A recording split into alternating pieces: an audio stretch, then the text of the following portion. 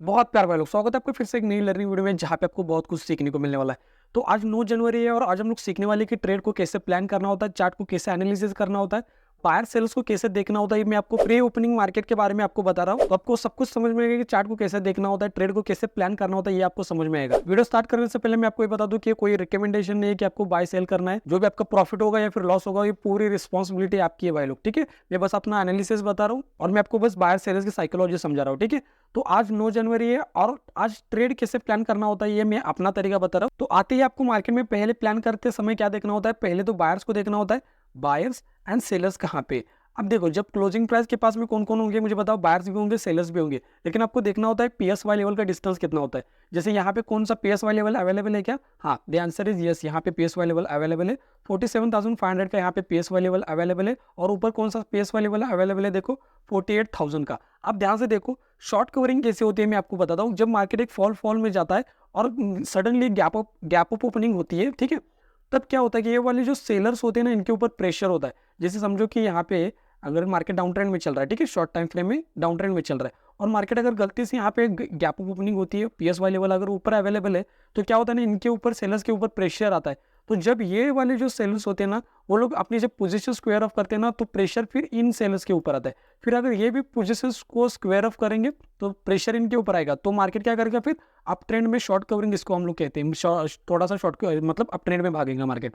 तो उसी तरह से हमें पहले क्या देखना होता है कि अगर मार्केट इसी जोन में के पास में अगर आपको दिखता है ना, इसी जोन के पास में, तो बाइंग के लिए इजीली प्लान हो सकती है यहाँ पे, क्योंकि पीएस लेवल भी ऊपर अवेलेबल है। और अगर थोड़ा सा ध्यान से स्ट्रक्चर को देखोगे तो यहाँ पे जो जिन लोगों ने भी सेल किया है ना, उनके एसएल यहाँ पे ऊपर अवेलेबल हो जाएंगे। यहाँ पे समझो, जब ये वाला मोमेंटम होता है ना, जब मार्केट स्पीड से नीचे आता है ना और जब स्पीड से ऊपर जाता है, तो जब स्पीड से नीचे आता है ना, तो यहाँ पे रैंडम सेलर्स भी होते हैं और जब स्पीड से ऊपर जाता है ना, वहाँ पे रैंडम बायर्स भी होते हैं। तो उनको टारगेट करने के लिए हम लोग बाइंग की पोजीशन भी बना सकते हैं। कहाँ पे? यहाँ पे, ठीक है, यहाँ पे बना सकते हैं।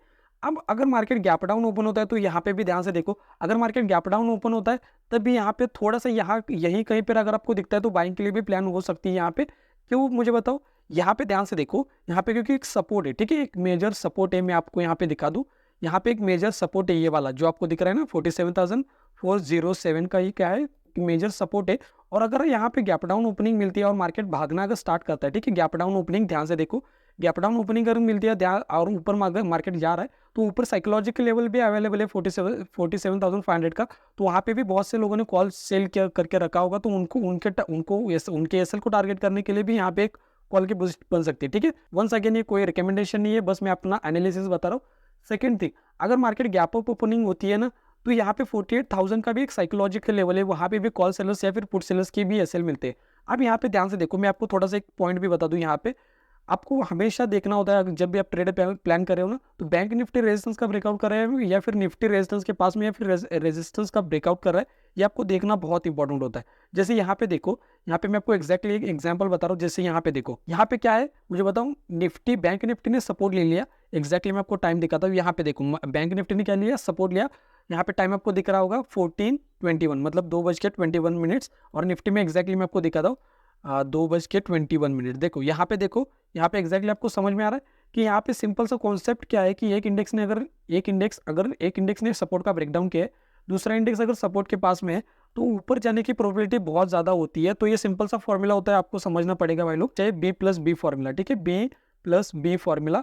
मतलब जब दोनों इंडेक्स में भी बायर्स आएंगे तो उनको उनके उनके जो असल होते हैं ना, उनको टारगेट करने के लिए हम लोग क्या कर सकते हैं, अपोजिट साइड में एक पोजीशन बना सकते हैं, मतलब पुट साइड में, और उसका अपोजिट एक फॉर्मूला होता है S+S, ठीक है। जब दोनों इंडेक्स में सेलर्स आएंगे तब उनके जो एसएल्स होंगे उनके टारगेट करने के लिए हम लोग एक कॉल की साइड पोजीशन भी बना सकते हैं। सेकंड थिंग आपको देखनी होती है कि चार्ट रिपीट कभी नहीं होता। चार्ट मतलब समझो, यहाँ पे क्या है, मैं आपको बैंक निफ्टी में दिखाता हूँ ताकि बैंक निफ्टी में बहुत से लोग ट्रेड करते हैं ना, तो यहाँ पे देखो ध्यान से। यहाँ पे पहला तो समझ गए आप लोग कि आपको पहले सपोर्ट रेजिस्टेंस को भी देखना इंपॉर्टेंट है।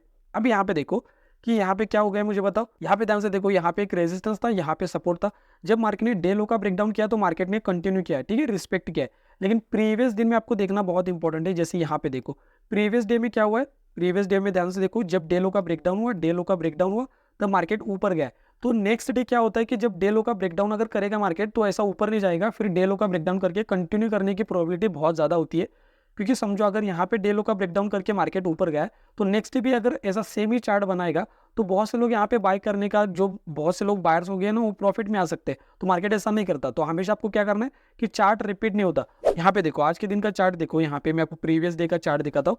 यहाँ पे देखो, यहाँ पे क्या हुआ है, मार्केट आता है, यहाँ पे देखो मार्केट आता है, मार्केट ने क्या किया, रेजिस्टेंस, मार्केट आता है। अब देखो थोड़ी सी कैंडल यहाँ पे अप डाउन हो सकती है, मतलब अगर धन में जाओगे तो वहाँ पे आपको कैंडल की क्लोजिंग अलग दिखेगी, यहाँ पे थोड़ी सी अलग दिख सकती है, वैसा भी हो सकता है। ठीक है, मार्केट क्या आता है, यहाँ पे डे हाई से एक्जैक्टली रेजिस्टेंस लेके फिर यहाँ पे नीचे जाके ऊपर जाता है, फिर कंटिन्यू करता है। तो आज के दिन प्रोबेबिलिटी क्या होती है कि मार्केट अगर डे लो का ब्रेकडाउन करता है तो ऊपर जाने की प्रोबेबिलिटी बहुत ज़्यादा होती है।